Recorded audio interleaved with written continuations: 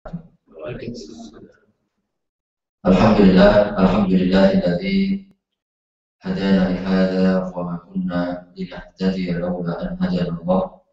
Asyhadu an la ilaha illallah wahdahu la syarika lah wa asyhadu anna Muhammadan abduhu wa rasuluhu la nabiyya ba'da. Allahumma shalli wa sallim wa barik ala sayyidina Muhammad wa ala alihi wa sahbihi wa sallim ajma'in. Amma ba'du. Bapak-bapak, ibu-ibu, kaum muslimin dan juga muslimat, shaimin dan shaimat yang dirahmati Allah Subhanahu wa taala.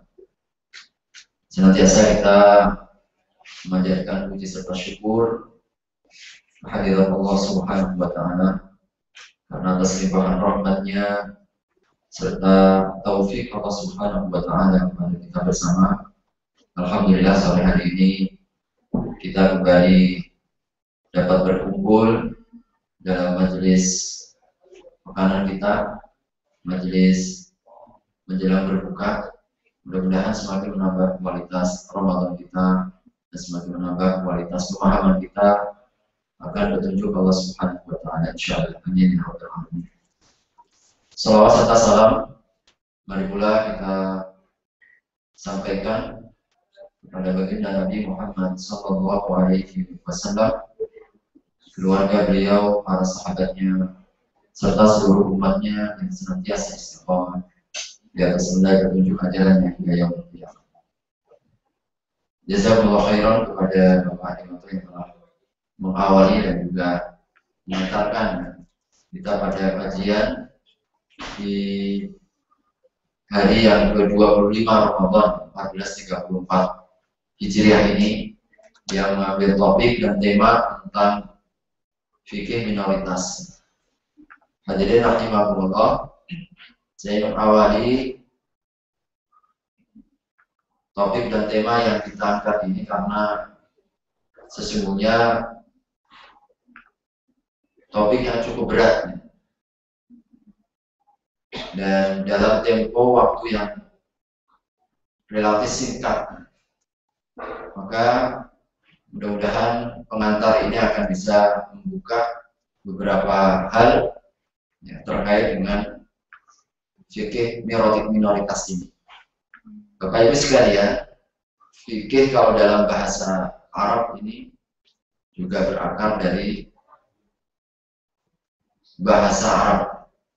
Fikih yang di Indonesia faquha yafqahu fiqhun, itu artinya adalah memahami atau juga mendalami. Jadi pengetahuan yang dalam ini disebut dengan fikih. Namun dalam konteks syariatnya ada satu definisi tersendiri yang diungkapkan oleh para ulama kita, bahwa fikih ini adalah al-ilmu bil ahkam syar'iyyah al-amaliyah al-muktasabah min adillatiha at-tafsiliyah. Al-ilmu yaitu ilmu pengetahuan tentang hukum-hukum syariat yang sifatnya praktis amali. Jadi yang terkait dengan perbuatan, tindak tanduk kita dalam kehidupan sehari-hari yang terkait dalam implementasi kehidupan kita. Al-muktasabah kata para ulama yang diambil atau muncul diambil dari dalil-dalilnya yang sifatnya terperinci. Jadi ini ungkapan definisi yang disampaikan oleh para ulama tentang makna fikih. Intinya adalah kita mengetahui hukum-hukum syariat yang berhubungan dengan kehidupan kita sehari-hari. Apa yang bersentuhan, apa yang berkaitan dengan tindak tanduk, perilaku, perbuatan, halal haramnya, wajib sunahnya, boleh tidaknya. Nah ini yang disebut dengan hukum-hukum amali. Yang ini diambil dari dalil-dalilnya Al-Quran, dari sunnah Nabi, dari ijma para ulama, dari kias atau analogi dan sebagainya. Ini adalah sumber-sumber hukum yang ingin saya sampaikan dan yang saya coba warnai berbeda dan saya garis bawahi. Kata-kata muktasabah atau diambil, ini sesungguhnya mengingatkan kepada kita bahwa ada proses di sana, ada usaha di sana, ada sebuah istihad, pengerahan kemampuan yang dimiliki oleh orang-orang yang berilmu tentu untuk menggali. Jadi proses penggalian ini yang terjadi, sehingga fikih ini sekali lagi hadirin rahimakumullah memiliki beberapa karakteristik sesungguhnya yang berbeda secara umumnya dari syariat yang sifatnya tetap, sehingga nuansa yang kita akan temukan dalam bab fikih ini adalah di sana ada nilai istihadnya. Jadi pengerahan kemampuan yang dimiliki oleh seorang ahli hukum untuk menggali dari sumber-sumbernya. Nah, tentu ini memerlukan sebuah perangkat-perangkat, ada sarana-sarana, sehingga di sana ada istihad, ada ruang, ada peluang intervensi dari manusia berdasarkan kemampuan yang ia miliki menggali. Maka di sana juga ada unsur yang namanya subjektivitas. Kalau dalam bahasa ilmu fikihnya disebut dengan dhon, ya. Di sana subjektivitas, jadi pandangan secara subjektif yang dilihat dari orang yang menggali. Maka dari sinilah kemudian memungkinkan adanya multi interpretasi, multi tafsir. Mungkin satu orang melihat A, belum tentu yang dilihat oleh B, karena subjektivitas, dan ini juga terkait dengan kemampuan seseorang dalam menggali. Dan dalam fikih ini juga di sana nuansanya ini dan juga suasana yang melingkupinya sangat mungkin terjadi perubahan. Jadi ada nilai-nilai perubahan yang kadang bisa diterapkan pada satu kondisi, tidak bisa diterapkan pada kondisi yang lain. Kadang-kadang cocok untuk satu tempat, tapi juga kadang-kadang belum tentu cocok untuk tempat yang lain. Sehingga di sini ada ruang istihadat yang atau pengerahan kemampuan seorang ahli hukum untuk melihat sisi-sisi ini. Di sana juga kita lihat ada nilai fleksibilitasnya.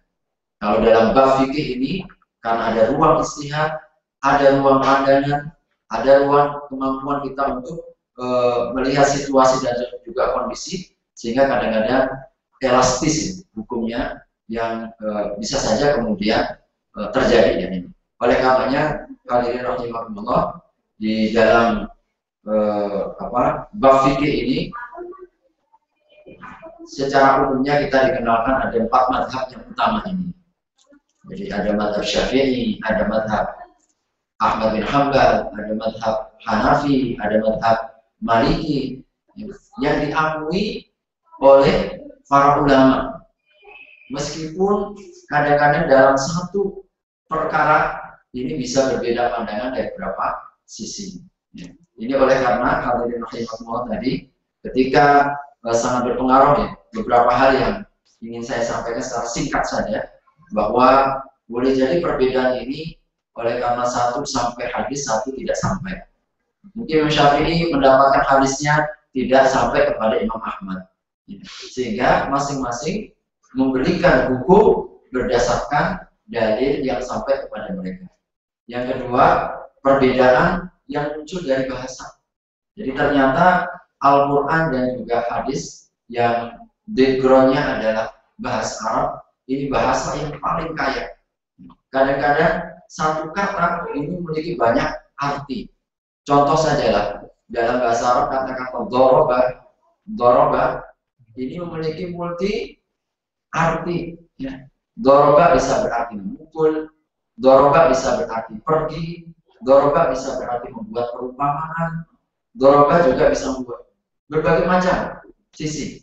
Makanya misalkan kata korun dalam bahasa Arab itu memiliki makna yang berbeda 180 derajat.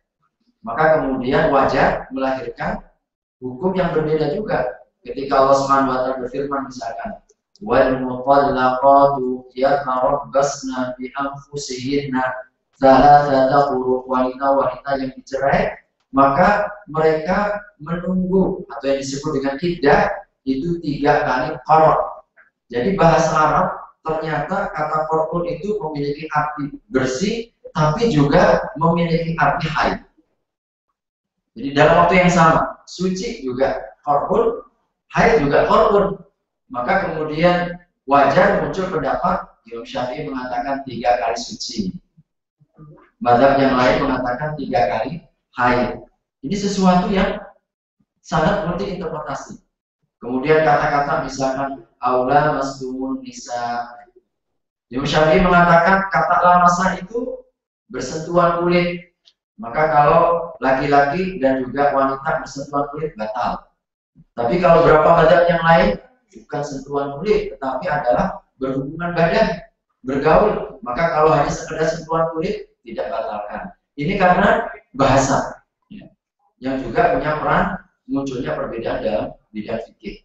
Kemudian juga mutlak dan terbatas, kadang-kadang difahami mutlak, difahami terbatas. Ini dalam bab fikih. Perbedaan masalah apakah dalil ini sudah terhapus ataukah belum. Ini juga menjadi alasan mengapa terjadi perbedaan. Perbedaan analogi ya kadang-kadang juga menjadi sarana. Perbedaan dalam sumber istihad. Jadi kadang ada yang mengakui misalkan kalau dalam bidang fikih itu ada perkataan sahabat, ada yang mengakui, ada yang tidak, ada yang mengakui yang namanya maslahat mursalah, maslahatan, ada yang mengakui, ada yang tidak, ada yang mengakui misalkan tradisi dan juga kebiasaan penduduk Madinah itu ada yang mengakui, ada yang tidak. Ini yang juga melahirkan perbedaan. Secara umumnya hadirin rahimakumullah, mengapa dalam bidang fikih ini ya salah satu karakteristiknya banyak terjadi perbedaan-perbedaan, banyak terjadi khilafiyah. Nah ini dalam masalah fiqhiyah. Oleh karenanya saya ingin memberikan secara umumnya sebelum masuk ke beberapa contoh yang mungkin secara sederhana saja, yang mungkin kita berharap ada pengembangan nanti dalam diskusi. Rambu-rambu yang bisa kita ambil dari perbuatan maupun juga sabda-sabda Nabi Shallallahu Alaihi Wasallam kita dalam berinteraksi secara umumnya. Yang saya coba melihat ini cukup relevansi dan cukup penting untuk menjadi gaya hidup kita, ya, pedoman secara umum kita dalam kehidupan minoritas kita. Jadi memang minoritas ini seringkali ya dimaknai kelompok yang kecil di tengah mayoritas yang cukup besar. Dan seringkali kelompok minoritas ini identiknya ya dengan beberapa orang muslim yang kemudian datang ke negara-negara yang mayoritasnya non-muslim, sehingga kadang-kadang memerlukan sebuah spesifikasi ya, karakteristik tersendiri ketika kita tidak sanggup untuk menerapkan hal yang ideal ya. Oleh karenanya beberapa rambu ini mudah-mudahan menjadi manfaat bagi kita. Pertama, hadirin rahimakumullah, dalam interaksi yang dibangun oleh Nabi Shallallahu Alaihi Wasallam, beliau secara umumnya bahwa kita dalam berinteraksi, dalam berhubungan dan siapapun termasuklah kepada non-muslim dalam negara misalkan bukan negara Islam misalkan, adalah sama, menebarkan kasih sayang. Jadi ini adalah nilai yang sifatnya umum, bahwa kasih sayang ini menjadi salah satu nilai prinsip dalam Islam yang tidak hanya berlaku dalam internal kaum muslimin saja, tetapi juga secara umum. Karena mutlaknya nilai-nilai yang ditanamkan oleh Nabi. Ketika misalkan dalam riwayat ini saya sampaikan, ya, Jarir bin Abdullah, Rasul pernah bersabda, Allah tidak akan merahmati orang yang tidak merahmati manusia. Allah tidak akan memberikan kasih sayang kepada orang yang tidak menjalin kasih sayang kepada sesama. Sifatnya umum. Makanya kemudian seorang ahli hadis Ibnu Hajar mengatakan apa di sini? Di sini ada motivasi dan perintah untuk menebarkan kasih sayang kepada seluruh makhluknya, baik yang mukmin maupun yang kafir, bahkan juga binatang ternak. Subhanallah. Ini keluasannya sehingga ini bisa menjadi sebuah dasar kita awalnya. Yang kedua, ya, perintah untuk berbuat adil dan juga berbuat baik kepada siapapun, termasuk kita dalam lingkungan non muslim. Hukumnya wajib. Surat 60 Al-Imran ayat ke-8, Allah perintahkan bahwa antabaruhum wa tuqsitu ilaihi. Engkau berbuat baik kepada mereka dan engkau juga berlaku adil kepada mereka. Hukumnya wajib kita berbuat baik kepada kita. Bahkan para ahli tafsir mengatakan ini hukum nas ini, ayat ini, ya, tidak ada yang mengkhususkan. Jadi berlaku untuk umum. Makanya kewajiban kita berbuat baik sepanjang mereka tidak mengusir kita, sepanjang mereka tidak memerangi kita, maka kita wajib sekali lagi berbuat baik kepada mereka. Apa yang haram terhadap sesama juga haram kepada mereka. Kemudian hadirin rahimahullah, Rasulullah SAW juga membolehkan kita dalam interaksi, misalkan sampai janjian bertemu di masjid atau di gereja, ini juga dilakukan oleh Nabi SAW. Ini Ibnu Sa'ad mengatakan, ya, dalam hadis ini bahwa ada utusan dari Bani Najron, ini kalangan Nasrani, ya, lalu masuk ke dalam masjid Nabi SAW setelah asar. Maka kemudian jadi masuk waktu sholat mereka, ya, setelah asar. Apa yang terjadi? Fahanat sholatuhum faqamu yusalluna fi masjidihi. Mereka sholat di masjidnya Nabi. Sampai seperti itu, mereka beribadah di masjidnya Nabi SAW. Maka ada sebagian yang ingin melarangnya, tapi Nabi mengatakan biarkanlah mereka melaksanakan sholat mereka di masjid kita. Sampai seperti itu. Maka kemudian Umar bin Khattab pun juga pernah melakukannya ketika beliau membuka kota Palestina. Beliau melakukannya di namanya gereja Qiyamah. Ini sesungguhnya adalah hazanah, peradaban yang pernah ditinggalkan kepada kita, yang sesungguhnya bagaimana interaksi kita dalam lingkungan minoritas yang sesungguhnya sangat fleksibel. Kemudian hadirin rahimahullah, tukar-tukaran hadiah. Ini rambu-rambu sarung. Ternyata juga sesuatu yang anjuran, perintah, dan sesuatu yang dibolehkan. Kata Nabi SAW, bertukarlah kalian hadiah, maka kalian akan saling menyayangi, kalian akan saling mencintai. Kata Aisyah, Nabi SAW menerima hadiah dan membalas hadiah dari orang lain. Maksudnya adalah dari kalangan non muslim. Nabi SAW pernah beliau menerima hadiah dari seorang raja Ailah, yaitu seekor kuda putih. Kuda putih dihadiahkan, beliau terima. Faqabilah, beliau terima. Kemudian Nabi SAW pernah dihadiahkan oleh seorang Nasrani, ya, yaitu baju sutra. Meskipun seorang laki-laki tidak diperbolehkan untuk mengenakan baju sutra, tetapi menerima hadiahnya Nabi masih terima. Meskipun tidak dipakai, mungkin bisa untuk para istrinya dan sebagainya. Nah, ini juga bentuk yang lain. Ada dalam riwayat Ahmad dan Bukhari, seorang wanita Yahudiyah memberikan hadiah seekor kambing gulai, karena sudah siap. Walaupun ya kambingnya itu sudah diberi racun, Nabi terima, bahkan dimakan oleh Nabi. Sekedar juga untuk membuktikan bahwa Allah Subhanahu wa Ta'ala melindunginya. Subhanallah. Nabi SAW juga menerima hadiah dari seorang raja Mesir, budak wanita. yaitu Maria Al-Qibtiyah. Diterima oleh Nabi Shallallahu Alaihi Wasallam. Ini bukan hadiah, ini juga bentuk interaksi kita sesungguhnya dalam artinya jangan kemudian dibayangkan kita ini dalam interaksi kehidupan sehari-hari sosial itu ekstrim begitu ya. Jadi sama sekali tidak boleh gaul, sama sekali kita tidak boleh berinteraksi. Bahkan Nabi juga transaksi secara harta dari sangat banyak. Nabi Shallallahu Alaihi Wasallam beliau jadi melakukan kongsi kalau kita begitu ya. Beliau punya tanah di wilayah atau tanah di wilayahnya orang Yahudi, lalu kemudian beliau kongsi orang Yahudi yang mengerjakannya, hasilnya kita bagi dua. Hasilnya dibagi dua.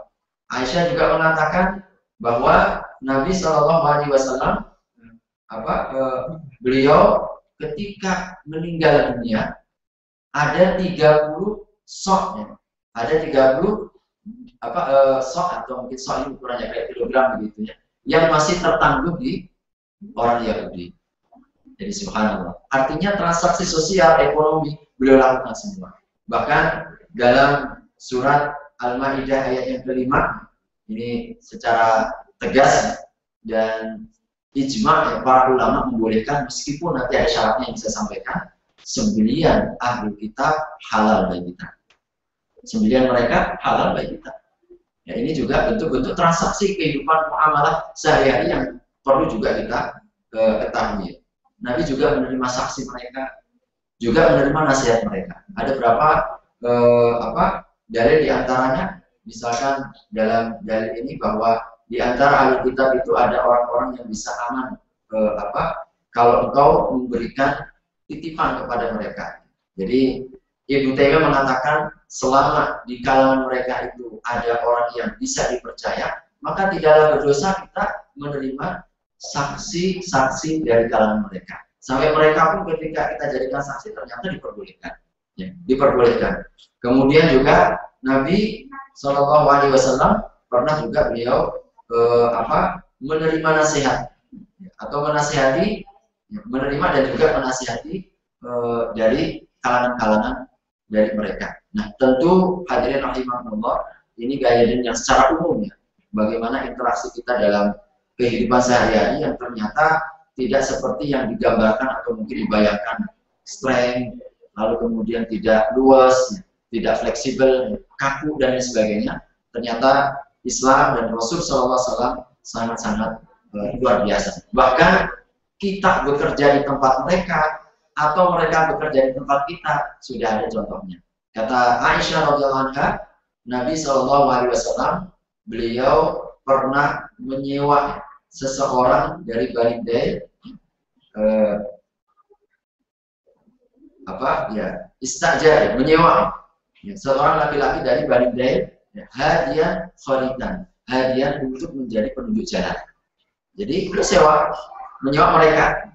Bahkan dalam riwayatnya itu adalah ketika hijrahnya Nabi yang bernama Abdullah bin Uraikid itu adalah bukan orang Islam, tetapi dalam proses hijrah yang terpenting untuk pindah dari Makkah ke Madinah, beliau harus menyewa dari kalangan mereka karena mereka yang punya pengalaman. Dan ini juga menjadi dasar boleh kita pekerjakan orang lain. Begitupun juga kita bekerja pada tempat mereka. Ini juga diperbolehkan. Jadi dengan dua syarat. Pertama, pekerjaannya itu boleh. Ini pekerjaannya adalah halal. Tentu kalau pekerjaan yang tidak halal tidak diperbolehkan. Yang kedua juga kita dilarang untuk pekerjaan yang kira-kira membantu membahayakan kaum muslimin. Nggak tahu contohnya seperti apa ini. Pekerjaan yang kira-kira untuk merusak kita. Nah, ini kalau dua syarat kita penuhi, maka boleh. Tidak masalah. Kita bekerja kepada mereka, kita bekerja kepada kita. Kata sahabat Anas, ada seorang anak Yahudi yang melayani Nabi SAW. Jadi kerjanya ini menjadi pembantunya Nabi. Seorang anak muda dari yang dalam Al-Bukhari disebutkan. Lalu ketika sang pemuda ini sakit, Nabi pun menjenguknya. Jadi ini sesuatu yang sangat fleksibel ya. Sehingga hadirin rahimahullah, bahkan Ibnu Hazm ya, beliau membolehkan. Jadi membolehkan orang non muslim kalau dia punya kepandaian dan keterampilan misalkan tertentu untuk menulis Al-Quran, dia misalkan pandai menulis Arab, lalu bagaimana hukumnya? Boleh nggak dia misalkan menuliskan Al-Quran? Boleh dengan apa? Sampai seperti itu boleh, boleh. Jadi perbolehkan sampai seperti itu. Bahkan juga Dasuki, Jaswas juga mereka berpendapat mereka boleh untuk bangun misalkan masjid dan sebagainya. Jadi ini sesuatu yang dalam khazanah ya, nilai-nilai yang diwariskan kepada kita sesungguhnya memberikan sebuah rambu-rambu yang sangat fleksibel ya kepada kita dalam interaksi sepanjang ada hal-hal yang memang perlu kita jaga. Oleh karenanya hadirin rahimakumullah, terkait dengan fikih minoritas ini ada beberapa karakteristik yang disampaikan oleh para ulama ya. Pertama, yang sangat dijaga itu adalah nilai kebertahapan. Jadi ada nilai tadarruj istilahnya. Kebertahapan ini sangat-sangat dijaga sekali. Artinya apa? Bahwa memang tidak bisa seideal ketika kemudian diterapkan misalkan di negara yang mayoritas muslim. Maka disinilah kepiawaian dan juga kemampuan seorang mujtahid, seorang ahli fakih, orang yang ketika ingin memberikan sebuah hukum untuk menjadi, ya sekali lagi, menjadi rambu-rambu, harus menjaga dan memelihara kebertahapan. Harus bertahap sekali. Nabi SAW, hadirin rahimakumullah, beliau tidak kurang 22 tahun membiarkan itu patung-patung berada di sekitar Ka'bah. 22 tahun dibiarkan. Padahal Nabi di sana 13 tahun. Tidak kemudian sembarangan dan mungkin dengan cara ekstrim langsung main potong, main hancur dan sebagainya. Tidak seperti Nabi, seperti FPI. Tapi Nabi SAW membiarkan bahkan sampai menjelang beliau wafat. 22 tahun kan, ketika terjadinya pembukaan kota suci Mekah, baru setelah itu di tangan mereka sendiri yang menghancurkan. Karena Nabi sadar betul keberhalaannya itu bukan di batunya itu, ada dalam hatinya dan pikirannya. Kalau dihancurkan mungkin dari batu, mungkin mereka bisa buat dari kayu. Dihancurkan dari kayu, mereka pun akan buat lagi dari mungkin tepung ke maupun dari apa makanan. Ya. Karena memang esensi keberhalaannya ada dalam hati mereka. Makanya Nabi membiarkan. Dan satu sisi ini juga untuk menjaga kebertahapan. Sebuah bertahap. Sebab kalau saat itu Nabi berlaku langsung ekstrim begitu, apa yang terjadi? Nabi masih sedikit jumlahnya. Ya, Nabi SAW belum memiliki kemampuan yang sama dengan mereka, sehingga apa? Bisa jadi kemudian hilang sebelum memetik buahnya. Nah ini kebertahapan penting ya dalam kita menerapkan ya, skala dalam minoritasnya. Kedua juga skala prioritas. Jadi ini juga sangat dijaga. Jadi apa prioritasnya? Apakah dengan kita hukum yang pertama atau hukum kedua dan seterusnya. Jadi skala prioritas ini sangat penting untuk kita jaga. Jadi kalau memang masih belum siap, ya, sama seperti Nabi SAW ketika beliau mengutus Mu'adz bin Jabal, ya, utusan delegasi dai ke negeri Yaman, beliau pesannya itu memberikan prioritas-prioritas.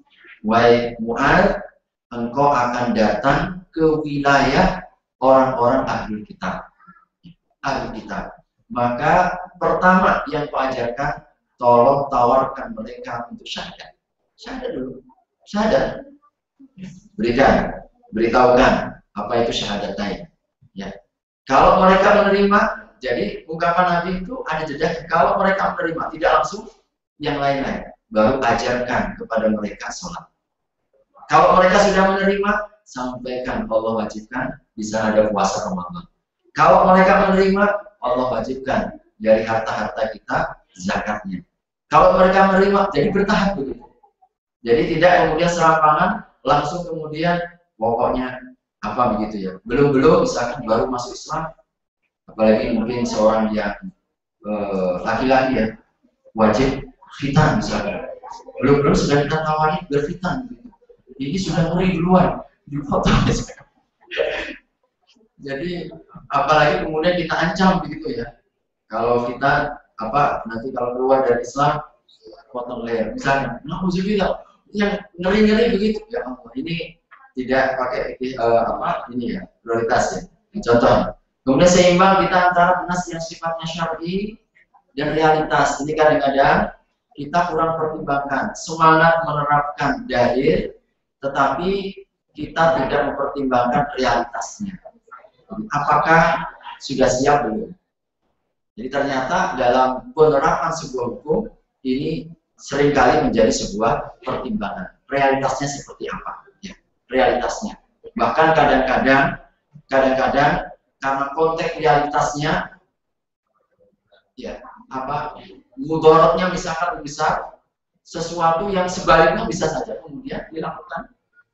Ya, contoh apa yang pernah dibuat oleh siapa, Nabiullah Khidir ya. Nabiullah Khidir ketika beliau membocori perahu dibocori. Nabi Musa ketika melihat apa yang dibuat oleh Nabi Khidir langsung berontak. Bagaimana mungkin engkau menaiki perahu, engkau yang membocori, engkau yang merusak. Apakah engkau hendak berbuat kerusakan di muka bumi? Padahal Nabi Musa tidak tahu. Jadi ilmunya Nabiullah Khidir sudah diberitahukan dan sudah tahu realitas yang sedang terjadi pada wilayah itu. Ya. Maka Nabi Musa hanya melihat dari sisi fikih hukumnya. Hukumnya membocori perahu orang lain itu hukumnya haram. Ini kezaliman itu namanya. Tetapi konteksnya berbeda kalau kemudian kita lihat skala umumnya. Ketika Nabi Khidir melihat di ujung sana itu ada penguasa yang zalim, yang merampas setiap perahu-perahu yang bertopi ke sana, yang masuk ke dalam wilayah dia. Maka kalau kemudian ada cacatnya, itu mudaratnya lebih kecil. Mudarat cacatnya itu lebih kecil dibandingkan daripada nanti dirampas. Maka itu yang dilihat oleh Nabiullah Khidir yang tidak diketahui oleh Nabiullah Musa alaihissalam. Nah, ini penerapan hukum yang kadang-kadang sangat relevan konteks dan juga realitas yang berada. Ini kadang-kadang penting juga untuk menjadi sebuah pertimbangan. Kemudian hadirin rahimahumullah juga menjaga keseimbangan. Jadi kadang-kadang di fikih minoritas seperti ini seringkali sisi kemudahan ini lebih diutamakan karena kondisi yang belum memungkinkan. Makanya di sini juga menjadi pertimbangan-pertimbangan para ulama, termasuk juga menerapkan pendapat kolektif.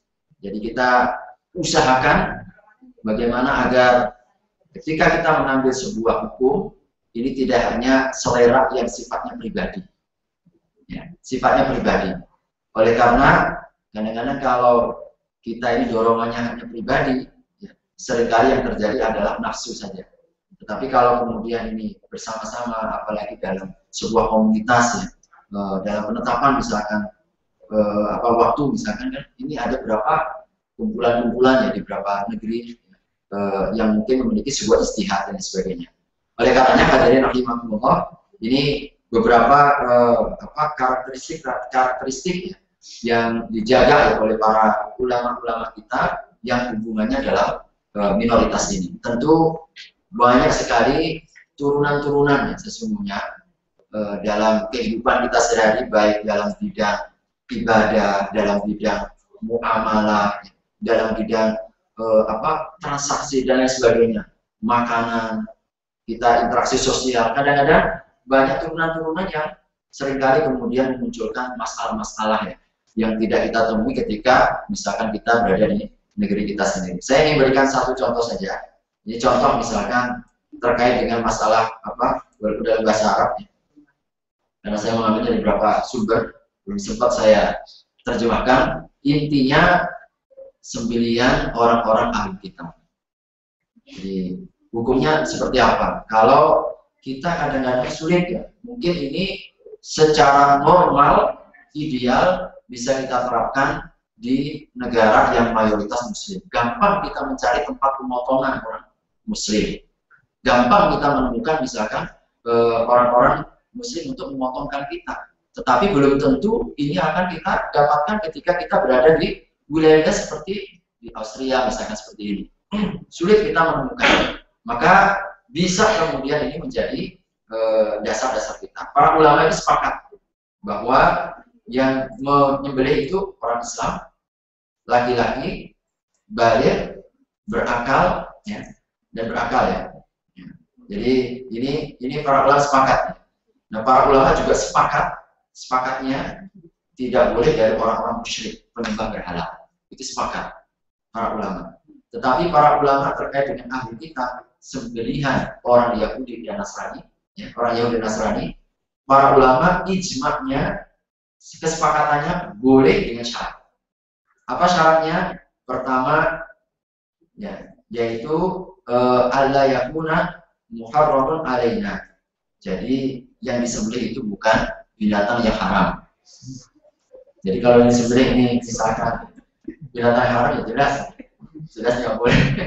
Ini jelas yang pertama. Yang kedua, dia ketika menyembelih tidak menyebut nama selain Allah. Jadi tidak menyebut selain, pokoknya dia menyembelih saja begitu, nggak pakai apa-apa. Jadi itu syarat yang dibuat. Asalkan dia tidak menyebut selain Allah, sah, nggak ada masalah, itu syaratnya. Yang ketiga, dia menyembelihnya bukan untuk hari raya mereka atau bukan untuk tempat ibadah mereka.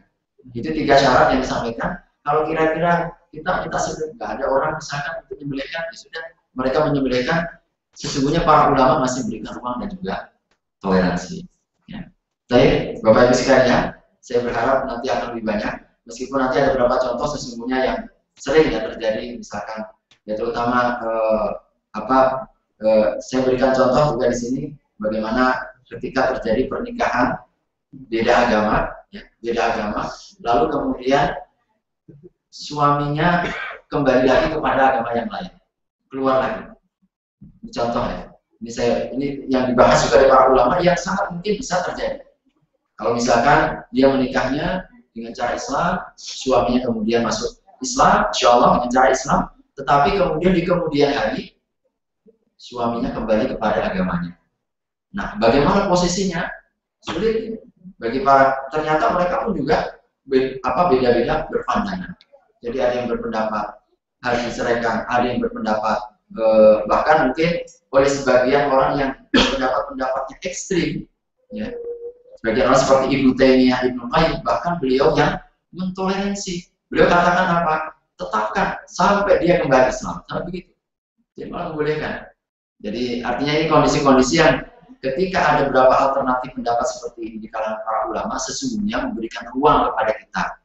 Ya, ruang kepada kita, artinya apa? Kita bertahap. Jangan langsung diberikan kepada yang misalkan dalam kondisi yang sulit, darurat dan lain sebagainya.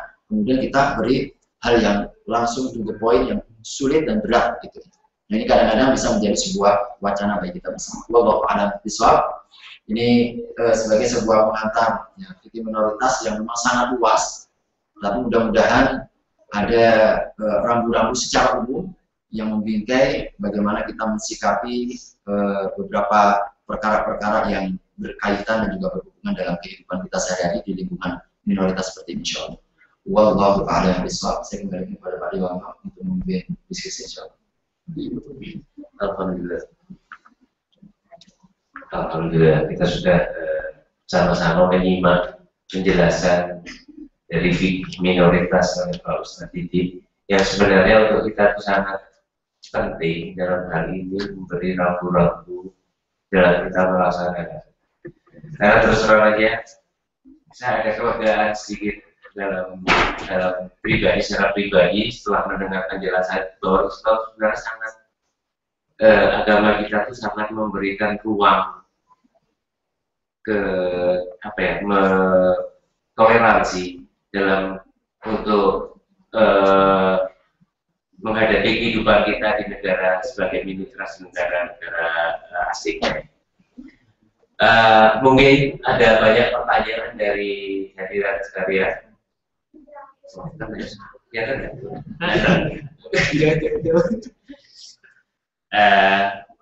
Jadi mungkin hanya ada banyak pertanyaan. Sebenarnya saya lemparkan dulu kepada hadirin. Mungkin pertama seperti biasa, ladies first, ibu-ibu.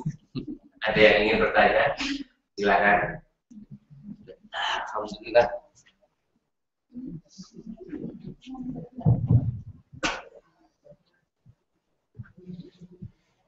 Assalamualaikum.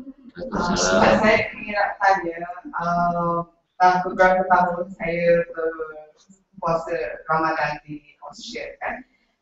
Dulu kalau saya tinggal di Middle East ataupun saya di Asia, kita ada waktu imsak ya.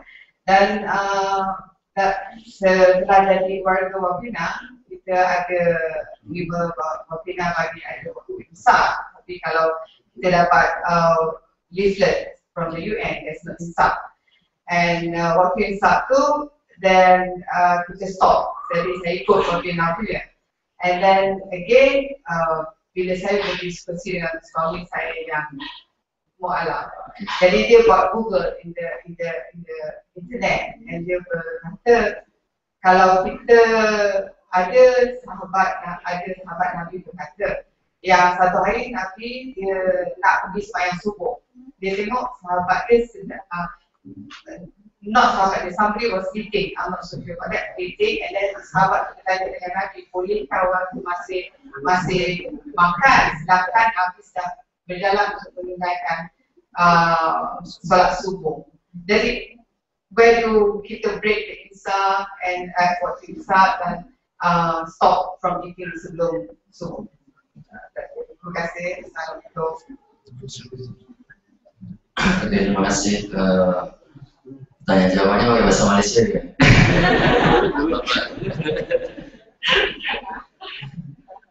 Tapi saya sedikit-sedikit pandai bahasa Malaysia. Tak berani panjang-panjang. Terima kasih Puan siapa?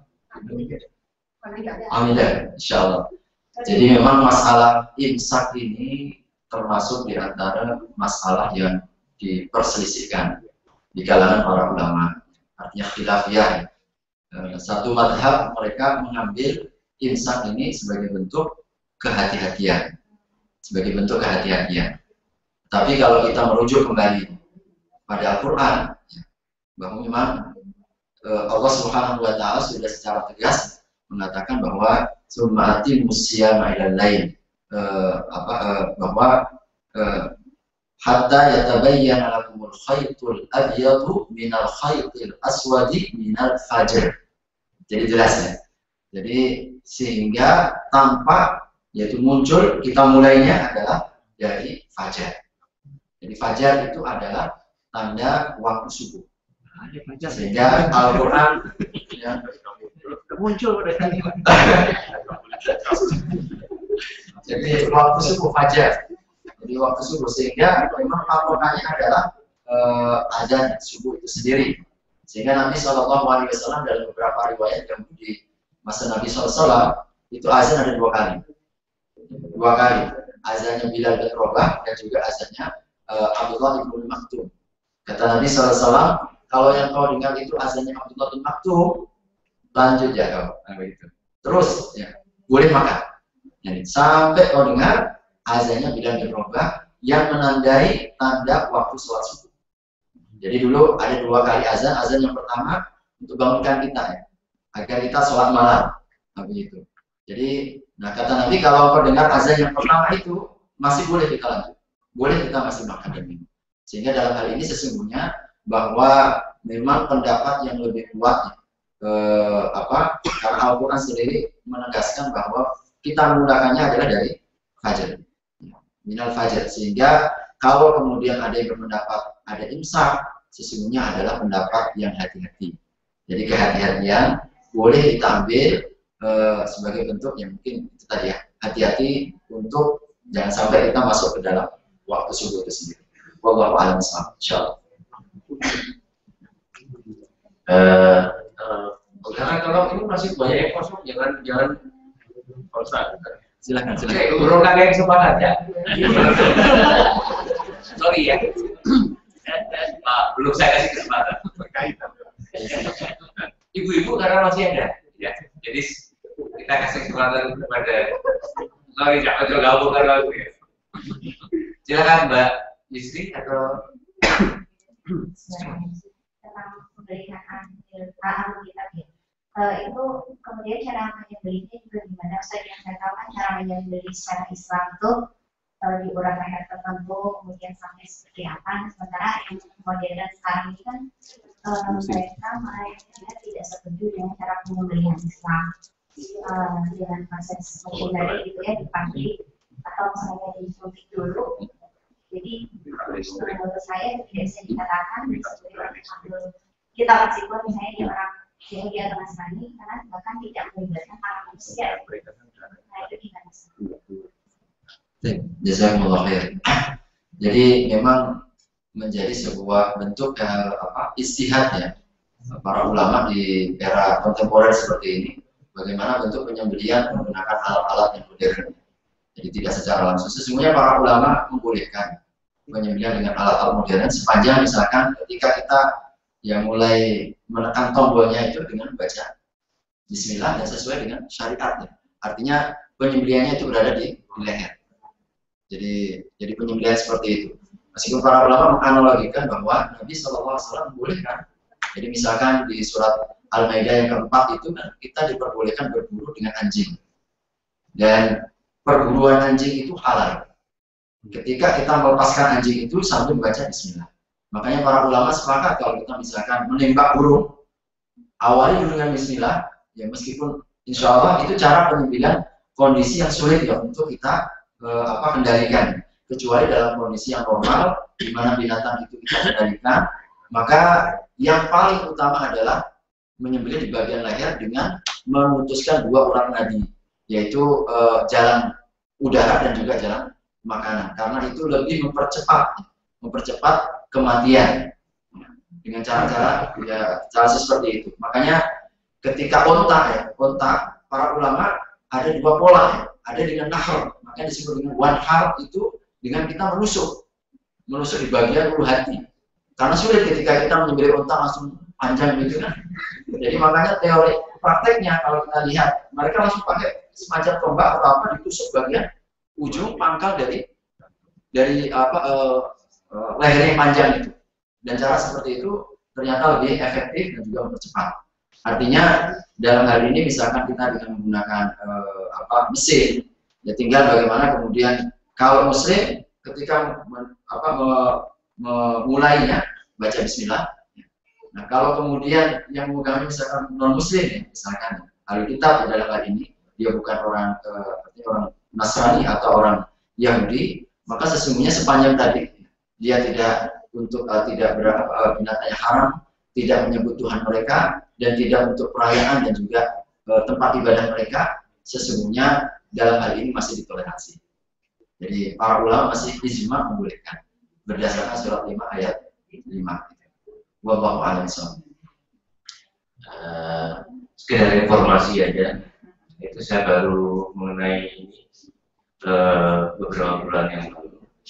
Justru sekarang tuh di Inggris ada Islam kalangan Muslim di Inggris mengadakan semacam halal meat, dan itu banyak disukai oleh orang non-Muslim sekalipun karena dianggap itu adalah dengan tingkat kesehatan higienis yang paling tinggi.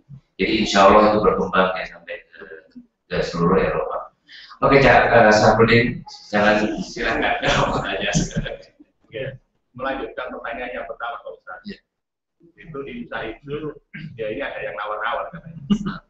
Jadi imsa itu berhentinya ketika ada kedua dari Bilal. Nah, berhentinya itu di awal adzan atau di akhir adzan.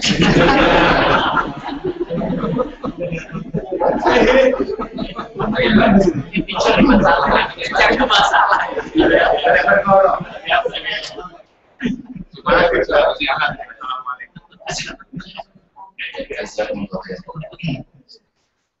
Wallahu a'lam bishawab.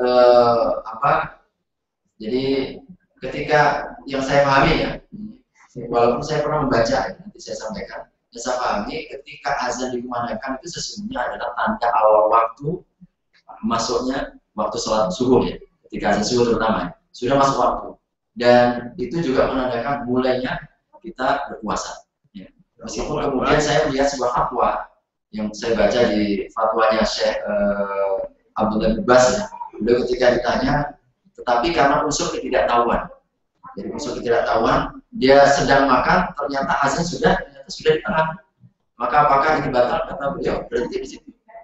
Berarti apa yang ada di mulut harus dikeluarin ketika kita mendengarkan Ya, dalam kondisi seperti itu, apa yang tersisa begitulah.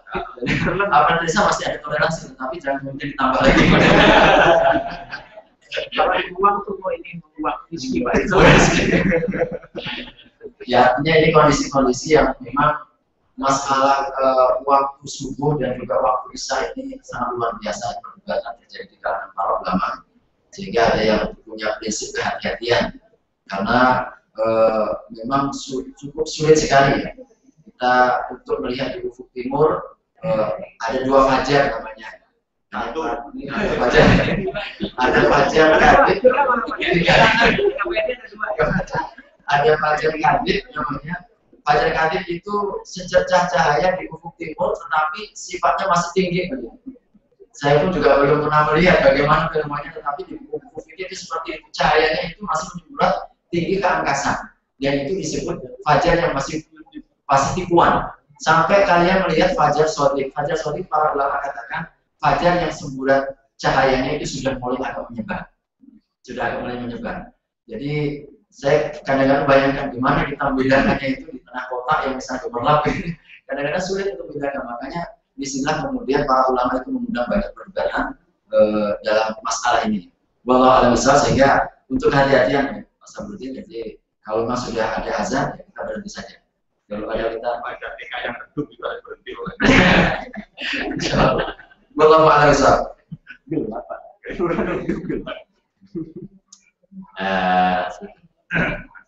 Ternyata banyak pertanyaan. Ibu sabar dulu ya, karena duluan ya. Mas, silakan Mas. Pendek aja Mas, ya, karena nanti dimarahin loh. Silakan. Terima kasih. Assalamualaikum warahmatullahi wabarakatuh. Saya tadi mengatakan bahwa hewan yang disembelih oleh Nasrani dan Yahudi itu boleh kita konsumsi. Kemudian apakah ada kriteria khusus untuk Nasrani dan Yahudi itu? Misalnya karena setahu saya, misalnya seperti di Austria ini, mereka itu tidak jelas lagi apakah Nasrani atau Yahudi, nggak jelas. Karena ke gereja juga nggak pernah. Gitu.